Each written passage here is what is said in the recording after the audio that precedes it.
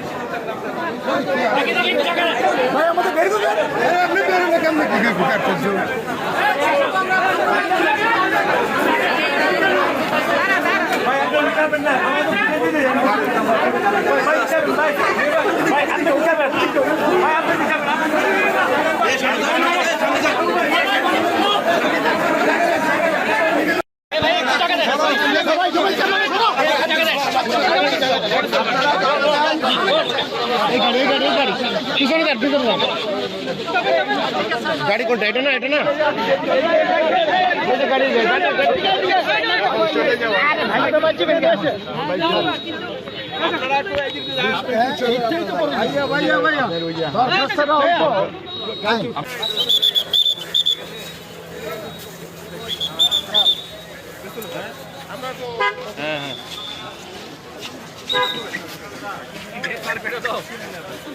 তোমরা একটু ফলো করো। হ্যাঁ